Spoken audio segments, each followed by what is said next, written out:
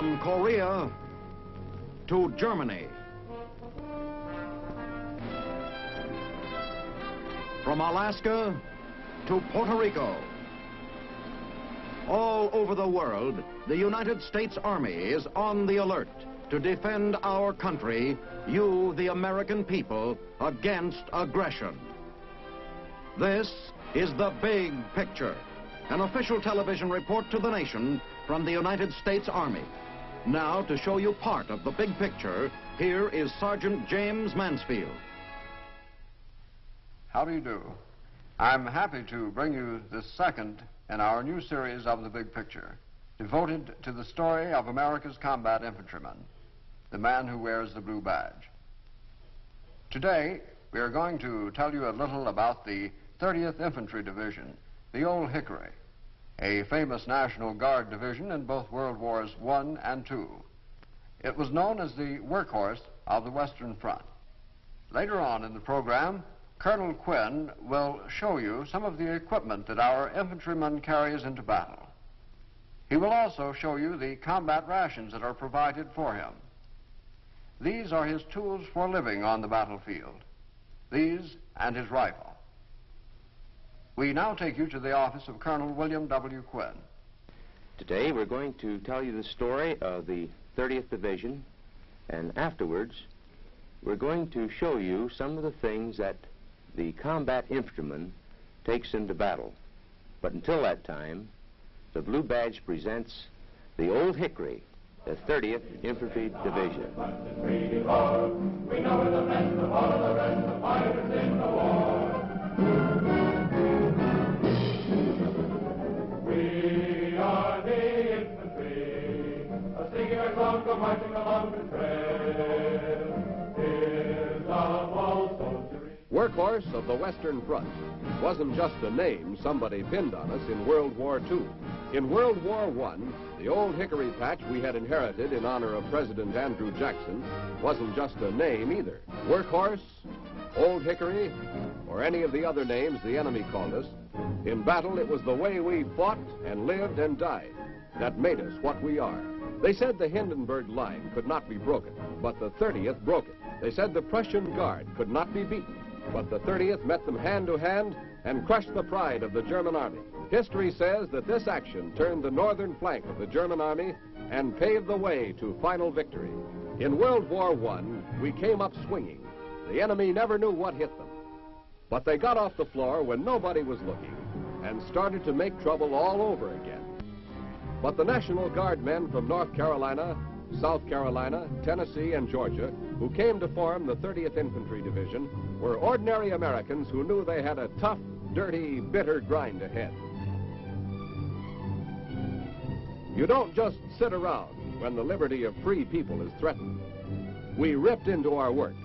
Major General Leland Hobbs took us in hand in September 1942 to whip us into fighting shape, led us through the 2nd Army Tennessee maneuvers, ironed out the rough edges.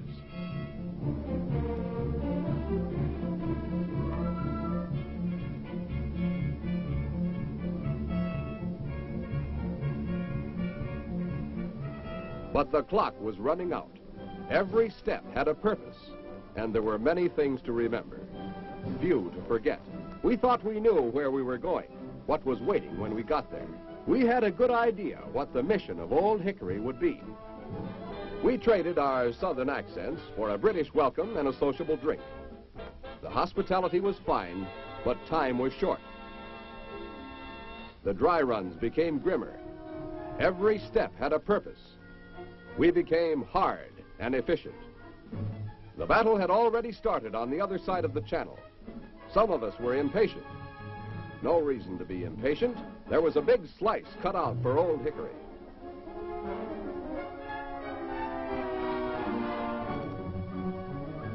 Still plenty of war to go around for everybody when we hit the Normandy beachhead on D+3.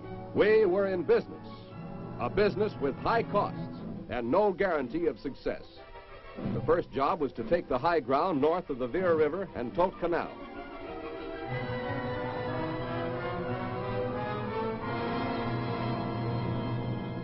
Two days later, the north bank of the canal was cleared. we took our baptism under fire. There was still a long way to go. Our engineers weeded out the death rattles the Nazis left behind. Bad habit the Nazis had. Back home, hedgerows were planted around your house to make it look beautiful. In Normandy, they became part of the enemy's plan of defense.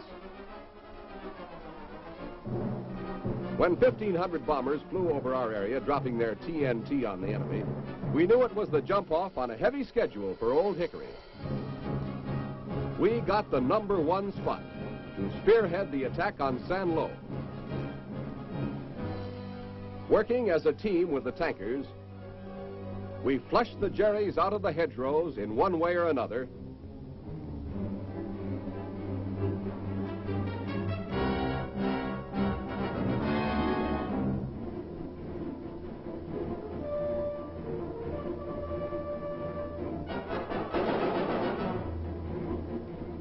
And put the finishing touches on the San Lo breakthrough, one of the outstanding achievements of the European War.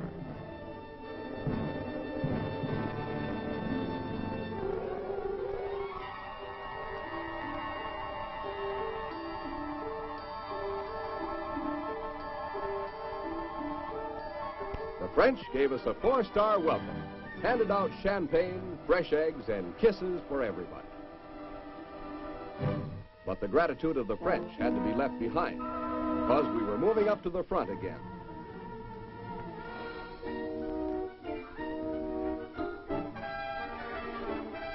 We went in to relieve the 1st Infantry Division. When we took over, the boys of the 1st didn't stop to say what was in store for us.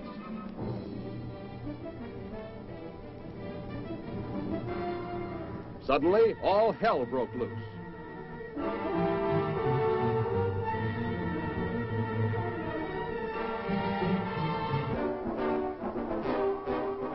Five German armored divisions were poised to throw stuff at us from every direction and cut off a battalion of the 120th Infantry from our division before help could reach them.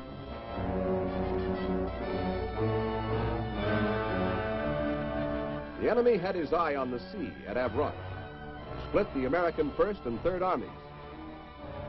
The Germans counted on everything except one small item, Old Hickory. For a week, fate played no favorites. The Panzers had us hanging on the rope, all set for the knockout blow. Our name, Workhorse, wasn't just somebody's dream. We sweated it out the only way we knew how.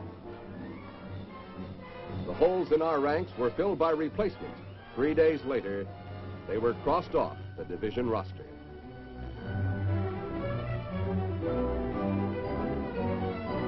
We slugged it out toe-to-toe for 144 hours, every second a lifetime.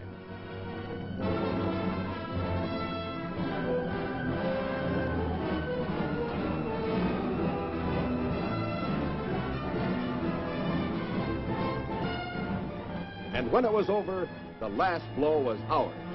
The Nazi spearhead was broken. The biggest enemy counterattack since D-Day was stopped at Mortain.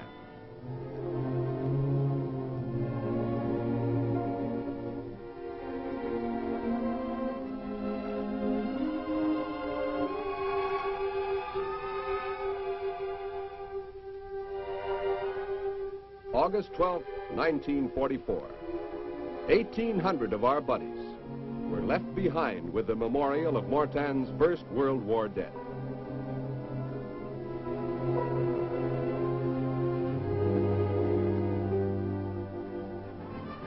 After Mortain, everything else could have been gravy.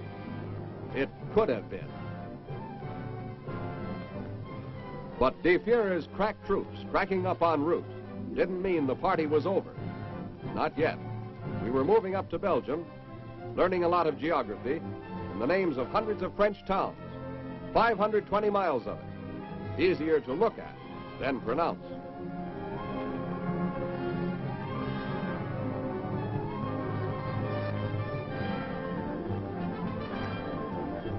And welcomes with a French accent, Vive l'Américain!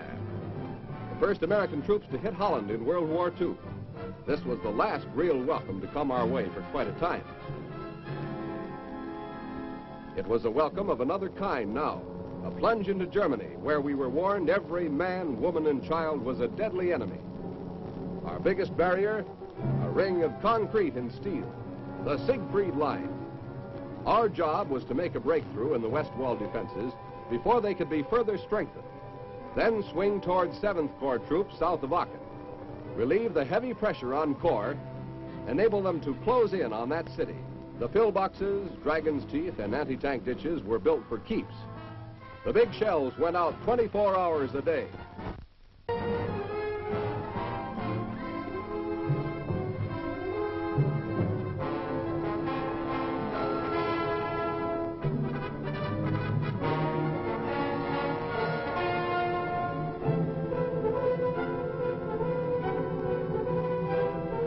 Our M1s worked overtime, too. This was Germany's last-ditch defense, each blow to pay us back for the ashes of defeat in France. Enclosed in 2 concrete arms lay the city of Aachen, watchword of German resistance. But we of the 30th knew the German resistance as a red-hot, deliberate business. Sudden death was hiding around every corner of Aachen.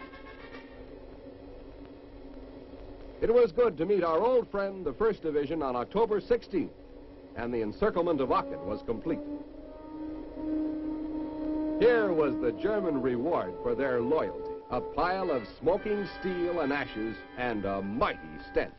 The first break we got in a month was scrubbing the smell of war from our bodies. We enjoyed the peace and quiet. To the enemy bombs, our address was unknown.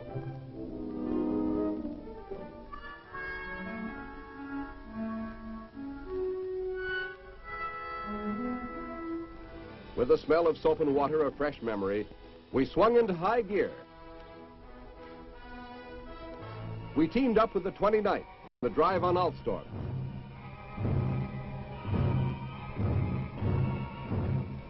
Took a bead on Versailles. With patrols spanning out in surprise attacks on the Nazis. When we weren't dodging bullets, we tuned in our favorite comedienne, Axis Sally, who gaily announced that the 30th had been wiped out in the Siegfried Line and Aachen Gap fight. The announcement was received with some skepticism. And to make sure Old Hickory wouldn't get rusty, the kinks were ironed out.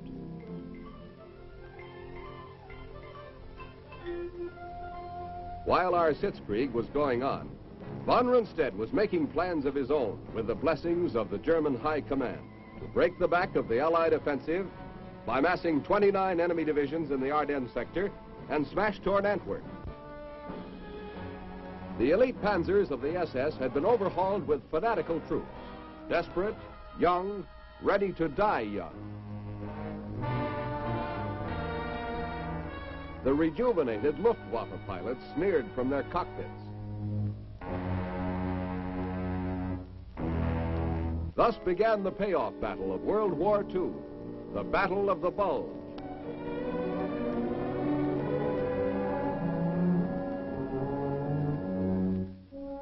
On a bitter, biting December day, Old Hickory was called in to put an end to the Superman myth.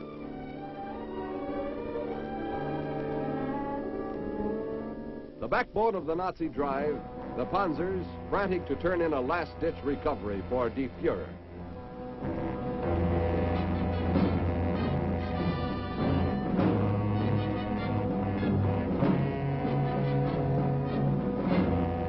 We traded them blow for blow. The SS boys had met Old Hickory before and were not too pleased to renew the acquaintance in the Malmedy-Stavelot area. Even though our supply depots were not prepared for the surprise attack, we made the most of what equipment we had. The Krauts fought until Die Fuhrer's face no longer haunted them. For us, it was a cold proposition of matching teamwork, infantry and engineers, Shermans against Tigers, to spread a path of terror for the enemy. At Malmedy, the Nazis had their sadistic field day. Heroic SS troops lined up American prisoners and left a monument of riddled bodies. We would pay them back for Malmedy.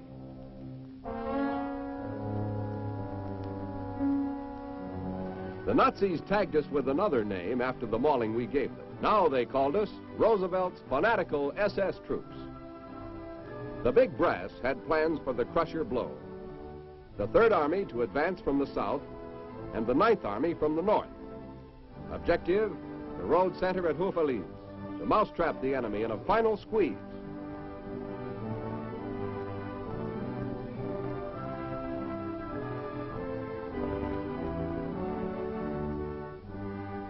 Before we had a chance to defrost ourselves, we hit out for Saint-Vith, controlling the main road net in and out of the bulge.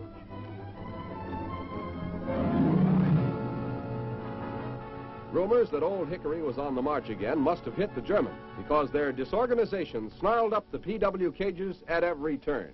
For us, any house where a wall remained was a place to keep out of the cold and warm up for the night. We were able to catch about 39 winks before we hit the road again to make a stab at Rohr River, gateway to Cologne and the Ruhr Valley.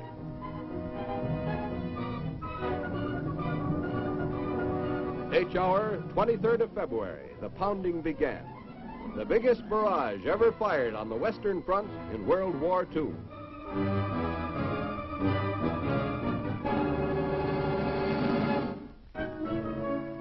Old Hickory's stinging blow to the Germans' last bitter dream of world conquest, with the engineers doing a job of putting a path across the river at a point where the enemy least expected it.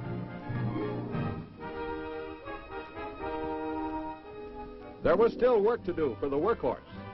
Our old boss, Lieutenant General Simpson, picked us to spearhead his 9th Army's assault across the Rhine. The Germans were proud of the Rhine. It was Die Führer's pet baby. No American troops would ever come close enough to cross its beautiful waters. To us, it was just another river, 1,100 feet wide, measured in pontons. We burst open the last natural barrier, the straw that broke Die Führer's back.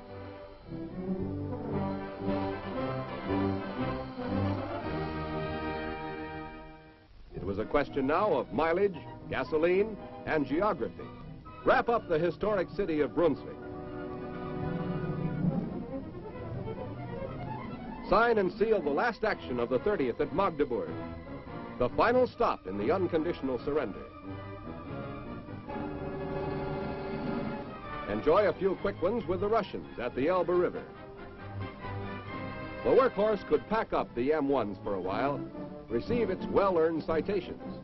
6 of us got Congressional Medals of Honor. The Belgian Fourragère. There was still celebrating to be done, parading and a chance to look at the records. We captured 53,000 prisoners, collected 20,000 Purple Hearts, 5 major battle stars, were rated the outstanding infantry division in the ETO. The workhorse of the Western Front was now ready to take a holiday. And then we counted our points so we could get home in a hurry. And getting home was just a way of adding the finishing touches to the victory in Europe. But the job was not over. There was still the mission of nailing down the peace for which the men of the 30th had fought so valiantly. And just as they gave their best in battle, the men of Old Hickory were ready to plunge into their peacetime activities with the same vigor, the same energy.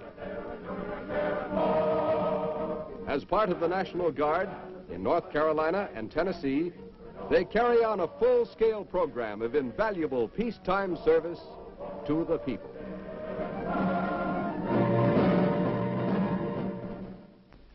I believe the best way to demonstrate the equipment that I plan to show you is to discuss the articles one by one.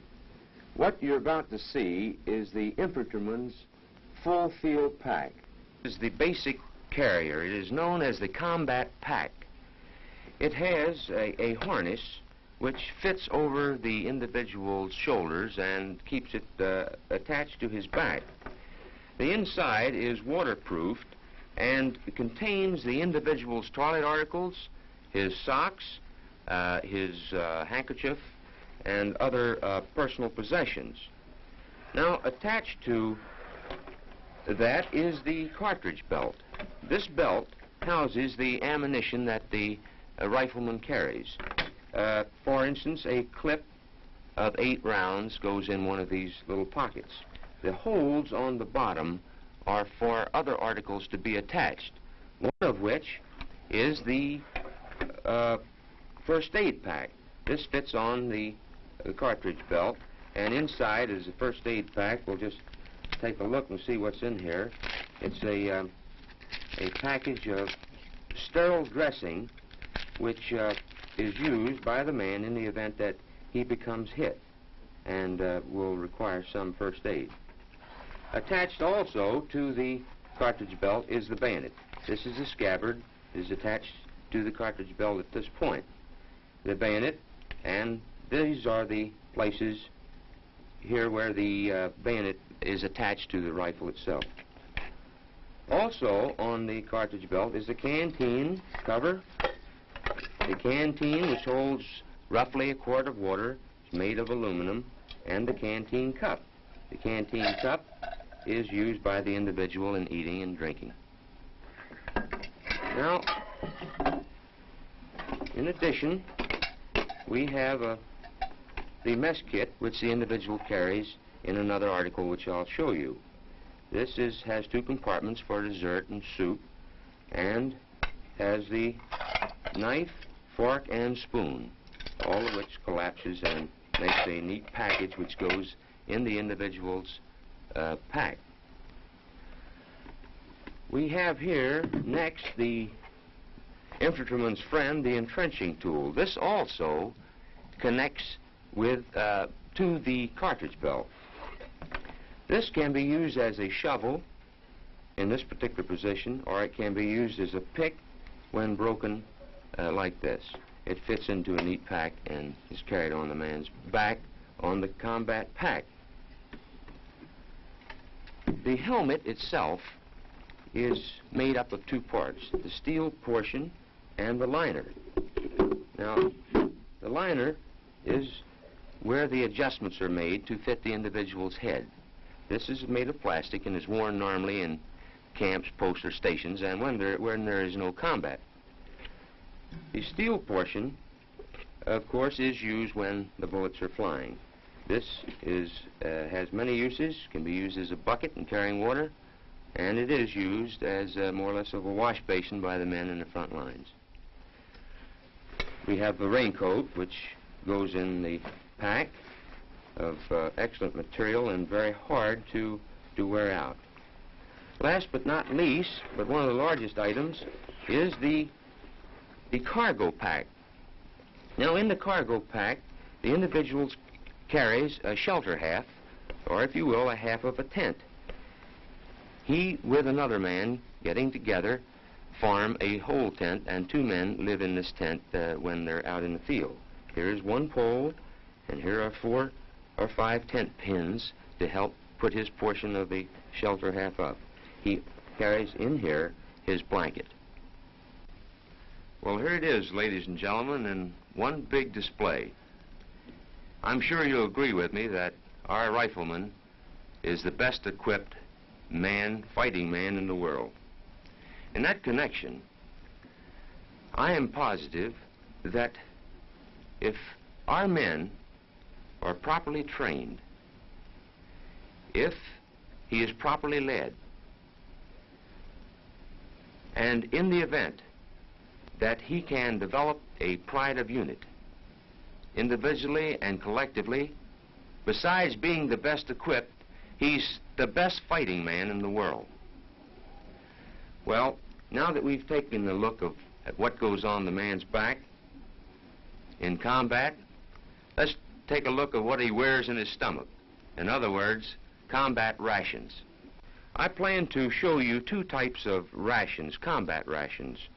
And I'd like you to remember that the soldier in garrison eats a regular, normal diet, and these rations are designed to carry into combat. The first of these is the food packet individual assault ration. It has, I might say, that it's designed to take a man through one meal. It has, in this particular instance, a packet, which I'll show you the contents of later, a can of cookies and crackers, and a beef and pork loaf. Now, inside of the packet is a series of articles that goes along with the ration. First, there's the plastic little bag to carry cigarettes and keep articles dry in. There is the fuel, which heats the meatloaf. Here is a jelly bar, which is for dessert. 2 cups of soluble coffee and the accompanying granulated sugar. A package of matches and a package of cigarettes, which contains 4 cigarettes. A small roll of toilet tissue, a stick of chewing gum, and last but not least, a little bottle for the purification of water. It contains chlorine tablets. Now, whereas the assault ration was designed to take care of a man for 1 meal, the combat ration C, which I have here a box, is designed to take care of a man in combat for 1 day. Let me show you the contents of this box. There are in total of 8 cans. 3 cans of basic menus for each meal. For instance, corned beef hash, meat and beans with tomato sauce, hamburger with gravy, and a can of fruit, in this instance, pineapple. Now, there are 4 other cans, and they contain the following. Here, matches, cigarettes, soluble milk, coffee, sugar, a can opener, toilet tissue, chlorine tablets, chewing gum, and again, of course, a plastic wrapper. The other cans contain the same thing. 4 crackers, soluble milk, granulated sugar, soluble coffee, and a cake of cocoa, which can be eaten or it can be used as a beverage, and 3 cans of jam. Now, this is the combat ration C, designed to take care of 1 man for 1 day. If I've made any of you hungry, the Army Recruiting Office is just down the street, I'm sure. Well, next week, ladies and gentlemen, we're going to bring you the 1st Cavalry and the 41st Infantry Divisions. We're also going to show you the many weapons that the infantrymen must know how to use in combat. So until we meet again, ladies and gentlemen, this is Colonel Quinn speaking for the combat infantrymen who ask you to look twice at the man who wears the blue badge. It's the mark of a man. The Big Picture is a weekly television report to the nation on the activities of the Army at home and overseas. Produced by the Signal Corps Pictorial Center. Presented by the U.S. Army in cooperation with this station. You can be an important part of the big picture. You can proudly serve with the best equipped, the best trained, the best fighting team in the world today, the United States Army.